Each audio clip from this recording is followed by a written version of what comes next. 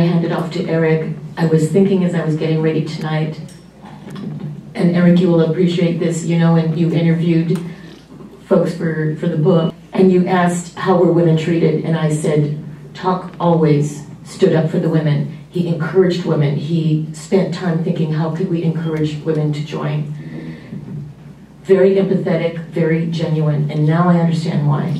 It's because he had beautiful, supportive, strong sisters, and he loved them, and he carried that love and respect of women into the work that he did, whether that was with Sue Embrey and the Manzanar Committee, or with trying to increase female membership in the burgeoning AP community. So Eric, please take us to the next chapter of Tak's life. Thanks. So I was asked to talk about 8 minutes about Tak's contribution to the Asian Pacific Islander LGBT, lesbian, gay, bisexual, transgender community. And at first I thought, oh, 8 minutes is too long, I'm probably not going to take 8 minutes. And then I started writing this, and I realized that 8 minutes is actually not enough. But don't worry, it's still 8 minutes. And I'm a community historian, so I kind of feel awkward being here because I think of everyone on this list, I haven't really worked that much directly with Tak. I interviewed several times. And I got a lot of wonderful stories, as you would when you sit down with Tak and talk. So I really want to echo June's invitation in the beginning that after this, you know, those of you have really wonderful memories of Tak to share with all of us. So I met Tak Yamamoto in November 1997 when I interviewed him for the first time at his home in Alita, which is not too far from here. I was interviewing him for my master's thesis. At the time about gay Asian history in LA. He was the third person I interviewed. Unlike the first 2 people I talked to, I knew practically nothing about Tak, except that what was mentioned in the APLG newsletters, which I read before taking on this project. I was still pretty nervous about my new role as a new researcher, as a graduate student. I remember getting there early, not wanting to be late for our interview and making a bad impression with Tak. I was 30 minutes early. I remember sitting in the car for a while, and I got out and walked around the blocks, and before working up enough courage to knock on his door.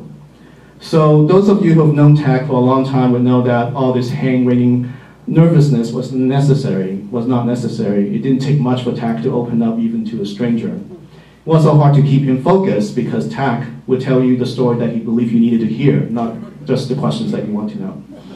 So I wanted to spend a lot of time talking about being a gay Asian man in Los Angeles before 1980 to establish how difficult it was to find other gay Asian men, let alone organized, along both their racial and sexual identities at the same time. I thought that was the focus of my thesis. About 20 minutes into our interview, Tak interrupted me and asked, so when are we going to talk about APLG? And just like that, I ended up writing a thesis about APLG. Like Tak's question implied, APLG, or Asian Pacific Lesbians and Gay, changed the way many gay Asian men in LA lived their lives in his generation. APLG was the turning point that marked the before and after pictures of their lives. It was founded in 1980. So I just want to give you some context about, and some of you probably, well, most of you have been around at that time, but I just want to give you some political context because I'm a community historian. So immigration to most Asian countries opened up around 1965, right? And the Asian American movement started around late 1960s, so did the modern gay movement, started with Stonewall in 1969. The feminist movement was going through its second wave in the 70s. So this is all the stuff that June was talking about, the wonderful things that all are happening at the same time, but they all kind of happening, you know, in its own thing, that's growing, have their own growing pains. There wasn't much space, if you're a gay Asian man, to be a gay Asian man in all that you are, right? So when you talk about West Hollywood, what we know to be sort of the gay mecca in LA, it was still pretty racist at the time, you know, so people like Tak were not necessarily welcomed. And we talk about Asian American organizations, there weren't really that many around, and those that are around were not even thinking about sexuality that much, or at all, at that time. So if you were a gay Asian man coming to terms with who you are, there wasn't really an organization where you could be everything. And there were no role models for people like Tak at that time. So when TAG came out in the 1960s, there was no place where gay Asian men even can congregate as gay Asian men. The numbers are not as big as we're talking about today, and even those that are comfortable in those spaces, they, well, let's put it this way. If TAG sees someone who is Asian in a bar at that time, he will probably approach them, and they would probably ignore him, or they might not even speak the same language. There are just so many barriers for gay Asian men to communicate with each other. So, having said that, I want to say that TAG also developed a really strong friendships with a lot of gay Asian men. Some of them are here today, and I'm hoping to hear from them later on as well. But on different level, it was really hard for gay Asian men to see each other. And it didn't change when later on, when in the 70s, when there were bars where hundreds of gay Asian men would come together. There were still cliques. So this is where APLG came in. It was really imagined as a space for Asian lesbians and gay men to bring all of themselves together. The co-founders, many of whom are here tonight, really shared what TAG was trying to do all his life, to find a way to integrate those significant parts of himself, not once in a while, but all the time. So APLG was part of that journey, and I'm sure many of you have your own stories. But for TAG, most of you know that he worked at the county register for 4 decades now, more than 4 decades. So imagine being a government employee in the 1960s after the McCarthy era, where you can really be out as a gay man. It's just, if people found out that you might lose your job, you might lose your reputation, you might lose your life, pretty much. So TAG's first act of gay activism came actually in the 1960s. After wrestling with so many reasons not to be brave, he decided that after being a part of a police raid on a gay bar, that he could no longer be silent about who he was. He joined a group that was co-founded by Morris Kite, who many have called the sort of godfather of the gay movement in Los Angeles. The group was called PRIDE. It stands for Personal Rights in Defense and Education. And what they did is they tried to stop police harassment during these police raids by taking down eyewitness accounts of police brutality, so that they could be testified against the cops who used excessive force. And then, since then, TAG just became out at his workplace. He would tell us that he would work a lot with law enforcement, the sheriff's office. And he often told us that when he came out, after he came out, the burden became on the people he worked with. They either have to get over it or get out of his way. So the association of Morris Kite also led him to fight against Proposition 6 in 1976, I believe. That was an initiative that tried to ban gay men and lesbians from becoming public school teachers, which failed, and also to APLG in 1980. And I think he was the president of the San Fernando chapter of JACL at the same time. And he would organize these panels that he would invite folks like Roy and June and to speak about what it means to be a gay man or lesbians in the API community. And back then, I think the first thing that he would want you to know if you're an Asian American community leader, that when he first meet you, he would tell you that I'm gay, and what do you think about that? So he's always very upfront about who he was ever since, and APLG really allowed him to do that. It allowed him to be proud and out, to find a way to enter the conversation. I think even in his retirement, he did not stop his political participation. I was told that even with his ill health, he managed to vote in the last election. And I was really happy to, even though it was really sad to see him leave us, but I was really glad that in the last election, he was able to see the same-sex marriage proposition passed in 4 states, and also a gay Asian man, the first ever gay Asian man to be elected to the Congress of all places, Riverside County. So TAG's leadership was not just about his bravado, he was a true community organizer. He recognized the talent in you even when you didn't think your skill was a usable talent, and get you involved in one of the many activities that he was doing, whether it was APLG or Manzanar Committee or something else. I've heard stories about how he got people to cook for an APLG retreat or do a demonstration for a meeting, and before you knew it, you'd be running for office at the organization. It was pretty much the same way he got an impressionable graduate student to write a whole book about APLG, even though it wasn't his thesis topic. I remember that after I was interviewed 15 years ago, he made me dinner. I remember what it was. It was a bologna sandwich and a green salad. There was a salad. I think it was milk. I think milk was involved. Someone called during dinner. I think it was Doug Chin. I could be wrong about that. And he told whoever it was on the phone that he must talk to Eric Watt because he was writing important history about their lives. And truth be told, I probably had Doug Chin on my list, but I haven't called him yet. But Tak knew what he was doing. And to me, Tak's story was not just about him. It was about the generation of Asian gay men and lesbians at a time when they had to create a space for themselves out of nothing. It was not about egos. It was not about doing something so people could remember you by 30 or 40 years later. It was about doing what was right and what was necessary. As a community historian, I always believe that community history is a collective history. It does not depend on any one person, but it happens only because all of us decide that we're each agent of history. I think Tak understood that, and he lived his life that way. The story of Tak, the story of APLG to me, was foremost a story of friendships. I interviewed Tak the first time in November 1997 and the second time in February 1998 because, not surprisingly, 2 hours was not enough. And I interviewed him the third time in May 1998, but it was in a group setting. Roy might remember this. Roy was part of that conversation. It was at Andy's house, and I think Doug was there too. And I actually got to witness the decades-long friendship in front of my eyes, in the way they finished each other's answers, on how they teased each other and corrected one another about, the history that they lived. I haven't told what I saw to my friends because I haven't seen that.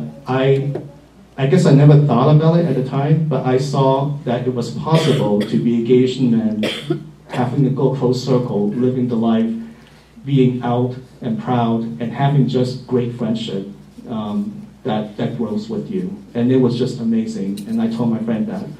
And sometimes we'll say, we're trying to figure out who are we most like? And I would say, I thought I was Roy because, I thought Roy was really nice. And then my friends would say, no, Roy seems really nice, but you're not Roy. You're probably Tak.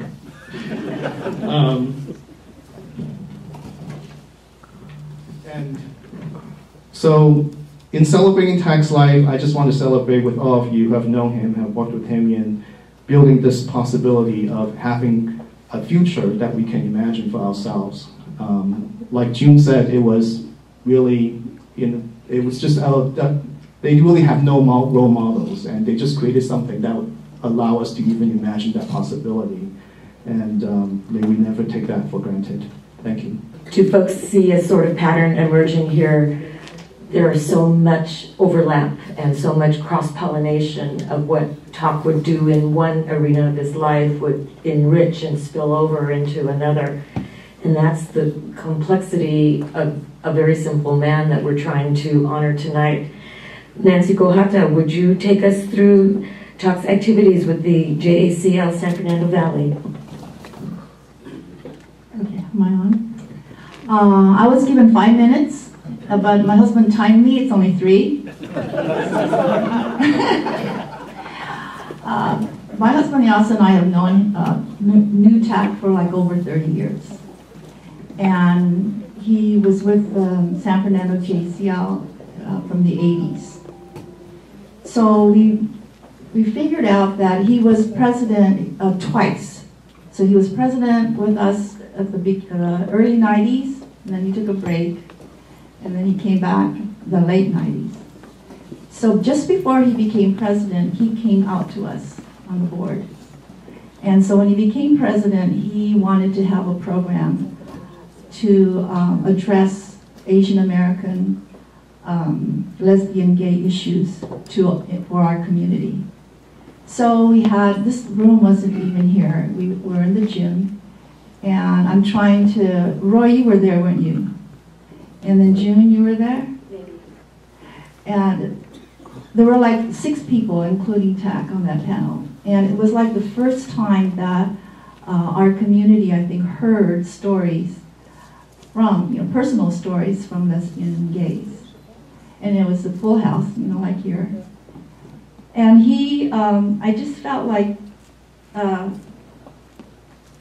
if you had negative feelings or thoughts, attitudes towards lesbian and gays, but you knew Tak and you respected Tak, it had to have an influence in, for you to address your own prejudices. So I felt like Tak changed attitudes just because he was Tak. And so I don't see him, he was just, he was just his friend. And he never, I see we honored him many, many times, but he was, just going to dinner and he was just a regular person. As president, he was a good president because our board meetings were shorter.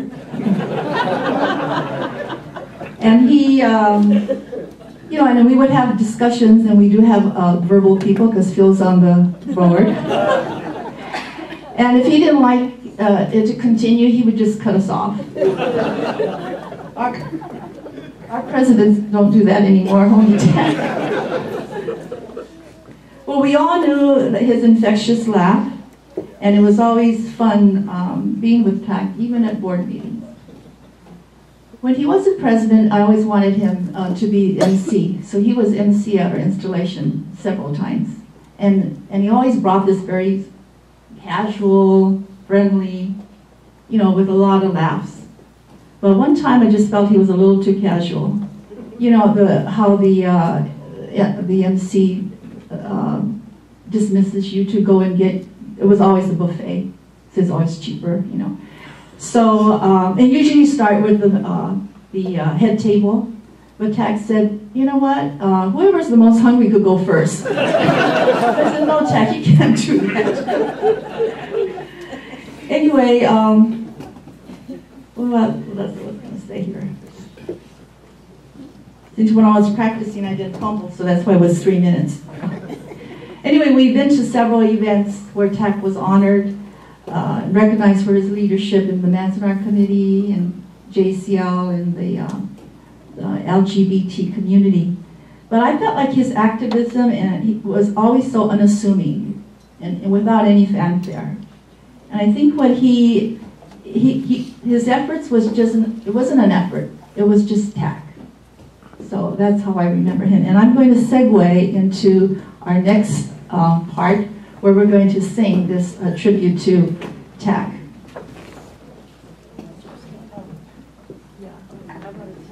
Am I on? Yeah. No, that one's not bad. Well, anyway, in 2000, the Historical Society, oh my gosh, I hate this when you can't see the people. Anyway, in 2000, the Historical Society honored Tak. And he wanted me to, how they always have someone to speak before they're honored? So he wanted me to speak for him, and that's not me. So I had Harriet, she's here, write a song, and Harriet, Phil and I sang the song for him. Nobody could remember it, even Harriet who wrote it. And it was in 2000, and I didn't get my computer till 2001, so I have no record of it. But this one, we sang to him last year when we honored him at our installation. And this one, Phil doesn't remember this one either. But anyway, this one we did at our installation. I'm old, I have dementia, so I have to Anyway, so you're going to help us. Let's do the tune of Clementine. Can you see this one? And the chorus is Tak we honor, with delight. Those are the only words you have to remember. Tak we honor with delight, many years of dedication, standing up for civil rights. Okay? Tak we honor, repeat after me, I'm a teacher. A former teacher. Tak we honor, with delight, many years of dedication, standing up for civil rights. Okay, let's practice that.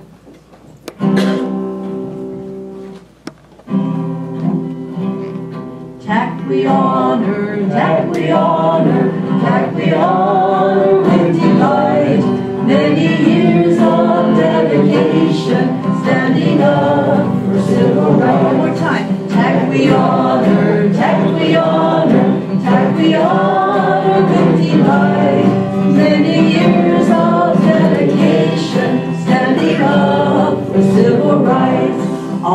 helpful, always friendly, many years as president, always fighting for injustice, always saying what he meant. Tak we honor, Tak we honor, Tak we honor with delight. Many years of dedication, standing up for civil rights. Pioneer of and the founder of a gay and lesbian group, educated, tolerated, gave support from all the troops. Tak we honor, Tak we honor, Tak we honor with delight. Many years of dedication, standing up for civil rights. Worked so hard on organizing many trips to Manzanar. Helped his elders see their history, they were too old to drive that far. Tak we honor, Tak we honor, Tak we honor with delight.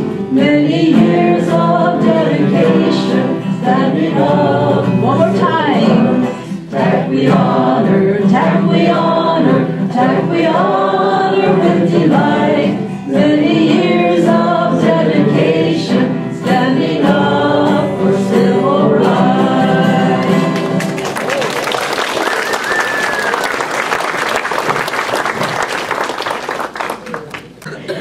Bruce Embrey, talk us through Tak's involvement with your mom and the Manzanar Committee. Well, I have to follow that. I mean, singers. One came from Chicago, Keith Uchima, and we had a Ken Koshio who came from Arizona. Ken Koshio was here, and my mother loved any Asian with a guitar because my mother was a folk singer. So, you know, she followed Ken Koshio. And little Tokyo, whenever Ken was playing, I'd have to drive her down there to listen to Ken sing the Beatles. But the Nancy sang, and one of the reasons why we were so glad that Nancy was there was because Tak would have killed us if we just had professional musicians, because it's not grassroots. So we were really glad Nancy was there. And she did great, but one of the professionals was out of key, and she pitched in. So it was a highlight of the pilgrimage. And I think that kind of sums up Tak. You know, Tak, I moved away in '80, so I only knew Tak for a few years, and then I started coming back when my kids were old enough to understand what was going on. And my son was 6 when he went to his first pilgrimage. And of course, Tak was bossing everybody around, you know. And you know, Fred was walking around with sunscreen on his face, so he's a huge white guy with extra white. And then Carl was walking around in his fatigues and combat boots, laced up, you know, typical, right? And so my son is kind of tagging along, and my mom and Tak are running the show. And my son, who's 6, says, who's that guy? Because, you know, Tak was bossing everybody around, you know, and me too, you know, here, do this. And so I'm selling the literature and carefully sorting all the money, which, what was the point of that? At the end of the day, he just stuffed it all in his pocket and walked away. But my son says, so who's that? I said, that's Tak. I said, he's very important. He's really important. He's, you know, keeping this thing going. He says, yeah, you got a bodyguard.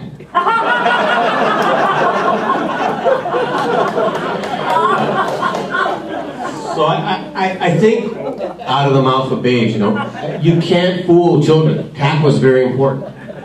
Tak was not just the treasurer. When Tak became treasurer, the Manzanar Committee had 2 bank accounts, and he controlled both. So Tak was special in a lot of ways to the committee.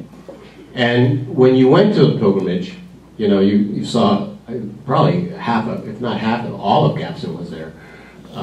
I know that we couldn't have done it. There's no way my mother could have done it without him.